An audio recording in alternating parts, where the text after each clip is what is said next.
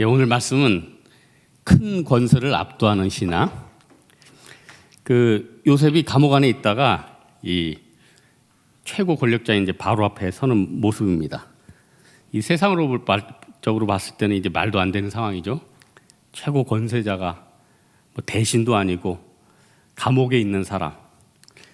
여러분, 우리 인생 가운데 하나님이 때로는요, 우리 인생의 문제를 풀어주려고 말도 안 되는 상황을 만들어 주신다는 거예요. 여러분, 지금 요즘 9시만 넘으면 뭐 다닐 일도 없지만은 뭐 진짜 무슨 유령 도시 같아요.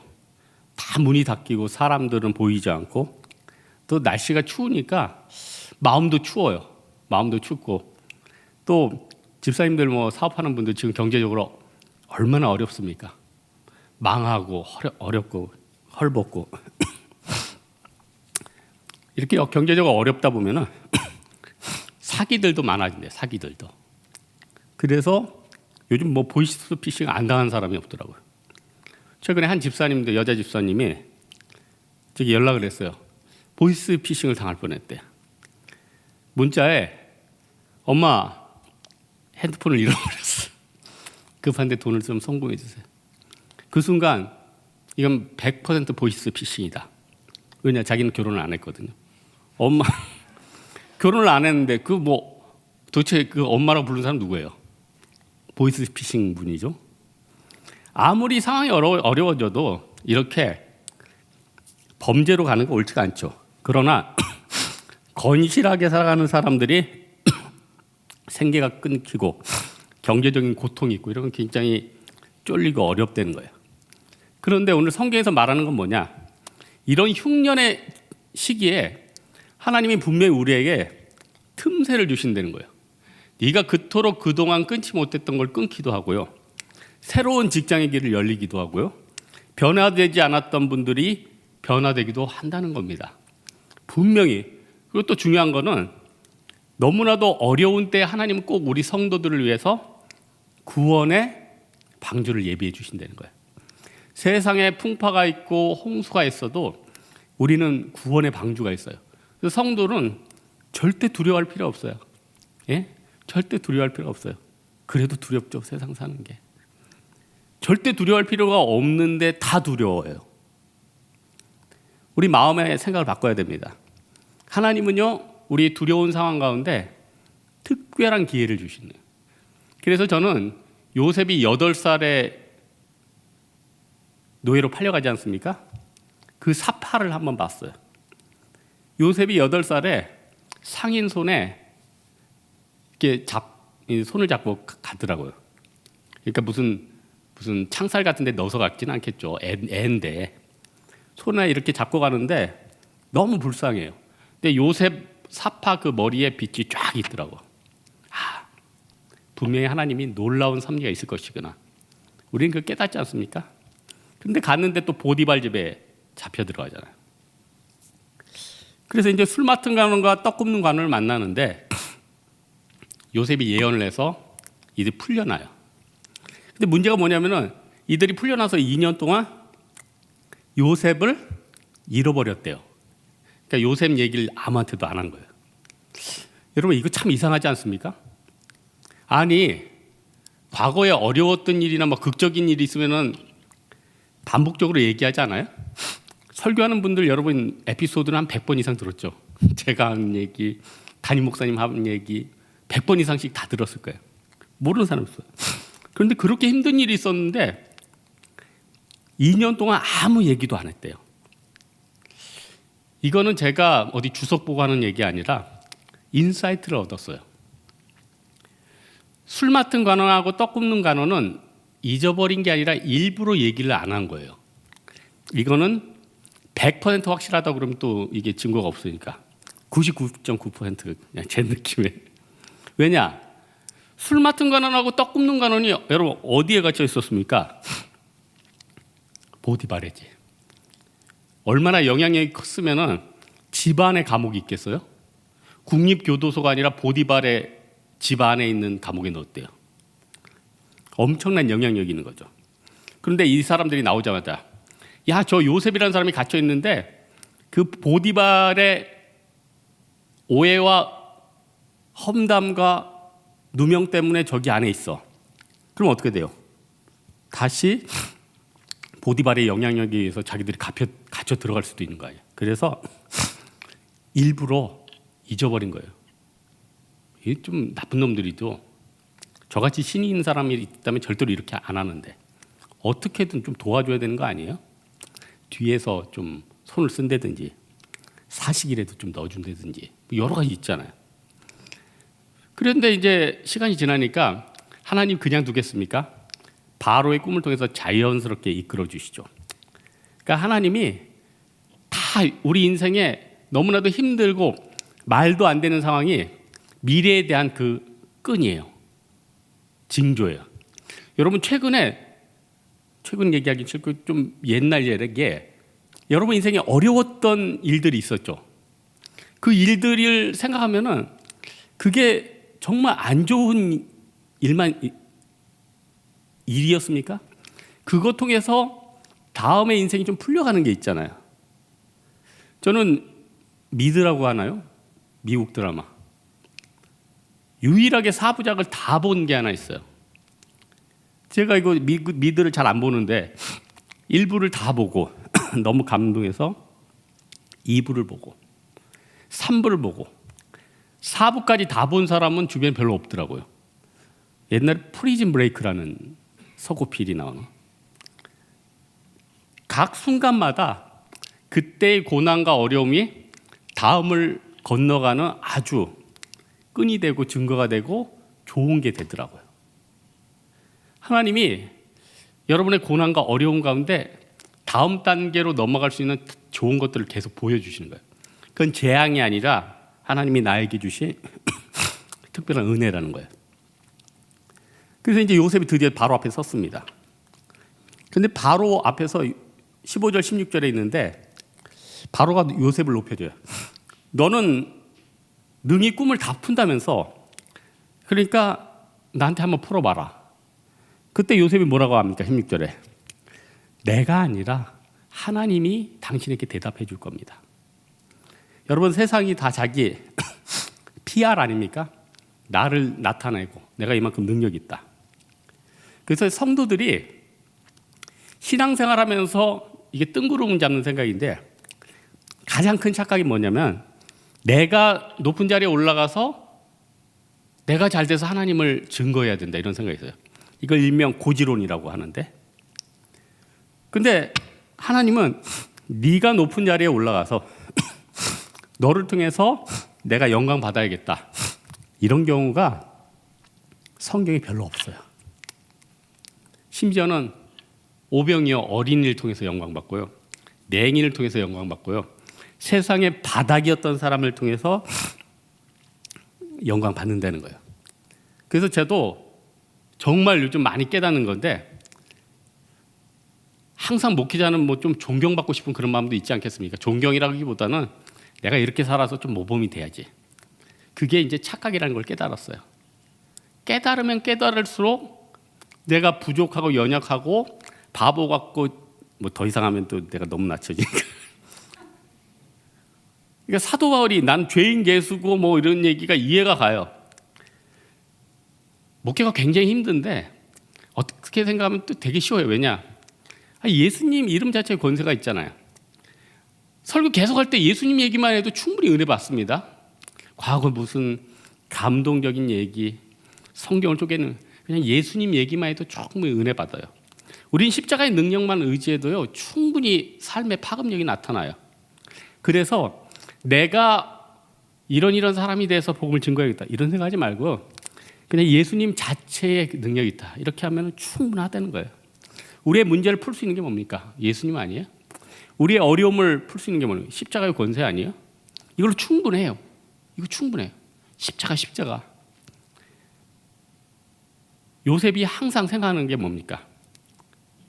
자기가 아니라 하나님을 드러내잖아요. 모세가 왜 가나안 땅에 못 들어갔죠? 하나님이 반석에서 물을 내라. 근데 어떻게 돼요? 자기를 나타내려고 막대기를 들어가지고 위에서 점프해가지고 딱 치잖아요. 그래서 하나님이 너는 내 영광을 드러내지 않아서 가나안 땅에 못 들어간다. 우리가 다른 게 죄가 아니에요. 하나님의 영광을 가로채는 거.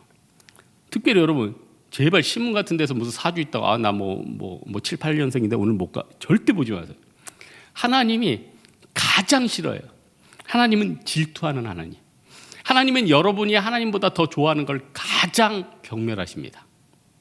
그래서 하나님 앞에 내가 하나님 항상 1순위다. 요거만큼은. 이거 10계명, 1, 2계명이 나와 있잖아요. 네 위에 다른 신을 두지 말래요. 나는 질투하는 하나님이래요. 우리가 하나님 외에 다른 걸 놓으면요, 우리는 우상숭배자예요. 이 세상을 견딜 힘이 없는 거예요. 저는 과거에 약속을 하고 만난 건 아닌데 어떤 연예인을 좀 우연히 만나서 1대1 동안 이제 대화를 좀 할 수 있는 기회가 있었어요. 그 연예인은 신앙생활을 잘하는 분이라 전도는 안 했죠. 교회 열심히 다니는 분. 개인적으로 뭐 몇 마디 얘기를 하는데 얼굴이 너무너무 어두워. 너무너무 어두운 거예요. 이 목사 느끼잖아요. 몇 달 지났는데 자살했더라고. 그 순간 이 세상에 암보다 더 무서운 게 절망이구나. 우울증이구나. 이거는요, 너무 사람을 고통스럽게 하니까 하나님을 떠나게 만들어요. 절망하게 만들어요. 그래서 과거에 제가 좀 성격이 긍정적이잖아요. 하나님의 이게 특별한 은혜인데 은혜인지를 모르고 살았던 게 제가 하나 있어요. 저는 마음이 늘 기쁘거든요. 늘 행복해요. 그래서 하나님, 나는 우울감에 사로잡힌 사람들의 심정을 잘 모르겠습니다. 오늘 하나님이 밤에 얘 딱 우울감 맞아라면서 한번 팍 줬어. 야, 진짜 뭐 어디 옥상에 올라가서 뛰어내리고 깜짝 놀랐어. 이게 지옥이구나. 이게 지옥이구나. 그 순간 이 시대에 우리가 살 수 있는 것은 십자가밖에 없다. 제가 절감을 했어요. 우리가 하나님을 떠나고 십자가를 떠나면 이게 지옥이구나. 그래서 이제 베드로 전후서에 보면은 예수님께서 지옥에 내려가서 복음을 증거했다는 말씀이 있어. 이게 굉장히 난해 구절인데 제가 그 말씀을 깨달았어요. 예수님이 지옥에 가서 복음을 증거했다는 건 뭐냐면 이 세상에 지옥과 우울증과 고통 속에 있는 사람들에게 십자가를 증거한 거예요. 생명을 증거한 거예요. 그 구절이 그냥 해석이 바로 돼버리대. 그 구절이 해석이 되더라고요. 베드로 전후서의 그 난해 구절이 해석이 되더라고요. 여러분, 내가 끝났다. 마귀는 하루에도 여러 번 우리 마음속에 들어가나. 너 끝났어. 너 가게 끝났어. 너 그 형제랑 끝났어. 걔 마음 틀어졌어. 너 이제 신용불량자 돼. 너 니네 가게 망했어. 너 우울해. 너 나이 들었어. 너 병 들었어. 마귀는 계속 우리를 공격해. 그때 어떻게 돼? 사탄아, 예수의 피로 물러나라. 요즘 저답지 않은 소리를 하네. 에이, 사탄아, 예수의 피로 물러났잖아. 물론 물리쳐야 돼. 우울과 고통은 계속 우리를 엄습해요. 아무도 죄에 대해서 이 세상에 살아있을 동안 자유로울 사람 없어요. 엄청난 그 고통과 죄에 대한 씨앗은 십자가의 능력밖에는 해결할 게 없다는 거예요. 그 마음을 가지니까 요셉이 바로를 압도하잖아요. 여러분, 요셉이 감옥에 있다가 바로를 만났을 때 어떤 마음이었을까요?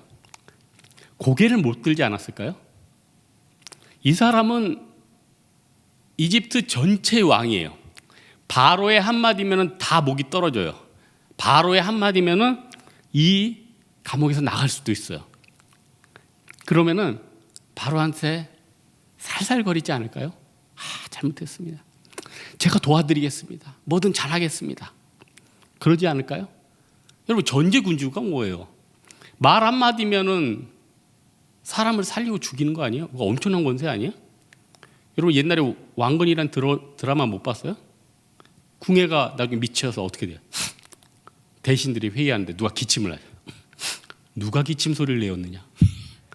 저놈을 철퇴로 쳐라. 그러니까 휙 돌려가지고 그 대신 머리를 탁 치잖아요. 이게 전제군주의 파워예요. 그런데 요셉도 그랬고 모세도 그렇고 이 전제군주에 대해서 두려워하지 않아요. 왜냐? 그 뒤에 하나님이 계시거든요. 그리스도의 평강이 있거든요. 여러분, 이 세상 행복하게 살고 싶죠? 가장 큰 행복이 뭡니까? 가장 큰 행복. 그리스도께서 주시는 화평 아니에요? 진짜로 제일 큰 행복. 아예 제가 아까 얘기했지만 우울증에 사로잡히고 죽고 싶고 어디 뛰어내리고 싶고 고통스럽고 세상에 아무것도 소망이 없다면 천만금이 있어도 그게 무슨 소용이 있어요? 자기가 삶의 의지가 하나도 없는데. 그래서 이 세상을 살아갈 때 가장 중요한 건 그리스도의 평강이라니까요. 예수 믿는 사람의 가장 큰 축복이 뭔데요? 그리스도의 평강이 기본적으로 여러분 가운데 깔려 있는 거 아니에요? 여러분, 예수를 모르는 사람들 지금 그 얼마나 그 큰 흑암 속에 있겠어요? 예수를 모르는데 30대, 40대, 50대 이렇게 살아가는 사람들 얼마나 그 큰 영적인 데미지가 있겠냐는 거예요. 그들에게 우리가 뭘 해야 됩니까? 9월의 방주, 십자가를 소개하는 사람이 돼야죠. 그 마음이 있는 사람, 그 마음 있는 사람을 하나님이 기뻐하신다는 거예요. 여러분, 하나님이 우리를 보고 야, 얘 진짜 내 마음에 기뻐하는 사람이다. 이렇게 인정받는 사람 되고 싶지 않습니까? 그러면 어떻게 해야 돼요? 하나님 늘 증거해야 되고 그 마음 가운데 이 시대를 살아가면서 내가 왜 이 시대에 왔고 내가 어디로 가는지를 깨달아야 되죠. 그러면 사실 우리가 하는 고민들, 먹고 사는 문제, 인간관계과의 갈등 다 사실 별거 아닐 수 있어요. 왜냐? 하나님이 요셉의 인생 가운데 이렇게 계획을 쭉 세워주잖아요. 누구 만날 거, 뭐 먹을 거, 어느 자리에 올라갈 거. 여러분, 우리 마음 가운데 자원하는 마음 가집시다. 자원하는 마음. 자원하는 마음 가지면 우리 신앙생활이 너무너무 강력해져요. 여러분, 파업하는 동안에는 무슨 차 사지 말라는 얘기 드렸죠. 왜냐? 불만 있고 억지로 하니까 뭐가 안 되는 거예요. 신앙생활 할 때도요, 불만 있고 하나님을 원망하면 뭐가 잘 안 돼요. 마귀가 틈타요. 항상 기본적으로 하나님은 하실 수 있다. 나는 살아난다. 마귀가 지금 나를 장난치지만 나는 벗어날 거다. 나는 잘 될 거다. 십자가의 권세가 내 인생을 행복하게 할 거다. 그러면 세상의 고난과 세상의 두려움이 별것 아닌 것처럼 느껴질 거예요. 지금 세상의 쓰나미가 너무 커요. 아, 내일 뭐 돈을 얼마 막아야 되는데, 아, 저 사람이 나한테 떠나가면 어떻게 되는데, 아, 이 직장 우리 회사가 무너질 것 같은데, 너무너무 두렵죠. 너무너무 두려웠죠. 근데 어떻게 돼요? 아, 하나님이 먹을 걸 예비해 주셨을 거예요. 내 길을 열어야. 아, 이 형제가 떠나면 아, 다른 형제가 올 거야. 아, 이 형제가 떠나면 떡 굽는 관원처럼 처형되고 술 맡은 관원처럼 좀 이상한 비유나 올 거야. 여러 가지 있잖아요. 오늘 하나님의 말씀 결론을 내리고자 하는데, 나는 이 세상에서 겨자씨 같고 우리 작고 미약한 존재 아닙니까? 근데 그 안에 그리스도가 있으면 우리는 놀라운 존재가 된대요. 내가 예수가 내 안에 1순위가 아닐 때는 천만인이 다 나를 대적하는 것 같고 그걸 감당하기가 힘들어요. 그러나 내 안에 예수가 1순위가 되고 십자가의 능력이 있으면 우스워 보여요. 기대가 돼요. 기대가 돼요. 응? 아, 앞으로 엄청난 쓰나미가 있는데 하나님께서 여기 방주를 예비하셨구나. 내가 그 방주에 들어가 있으면 평안하겠구나. 6월절 어린 양의 피가 강군한 게 뭡니까?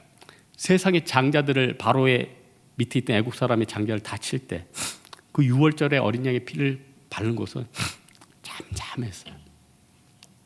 방주 안은 잠잠했어요. 그게 하나님이 우리에게 주신 특별한 은혜 아닙니까? 그게 하나님이 우리에게 주신 특별한 계획 아니에요? 우리는 또 이제 2020년도를 정리하고 다음 주면은 여러분 좀 더 성숙할 거예요. 한 살씩 더 먹으니까. 예? 앞자리가 바뀌는 사람도 있고 뒷자리가 후반부로 가는 사람들이 있고. 그때 사도 바울 있죠. 우리의 육은 쇠하나 우리의 영은 날로 새롭도다. 그래서 내년에 좀 영이 새로워지는 한 해가 됐으면 좋겠어요. 그리고 또 육도 개발해야 되고, 육이 처진다고 계속 그냥 있으면 그것도 안 되고, 같이 하나님 앞에 일신오일신 이런 삶을 사는 홍대 세교회 여러분 되기를 주님의 이름으로 축원합니다. 주가 보이신 생명의 길 찬양하겠습니다.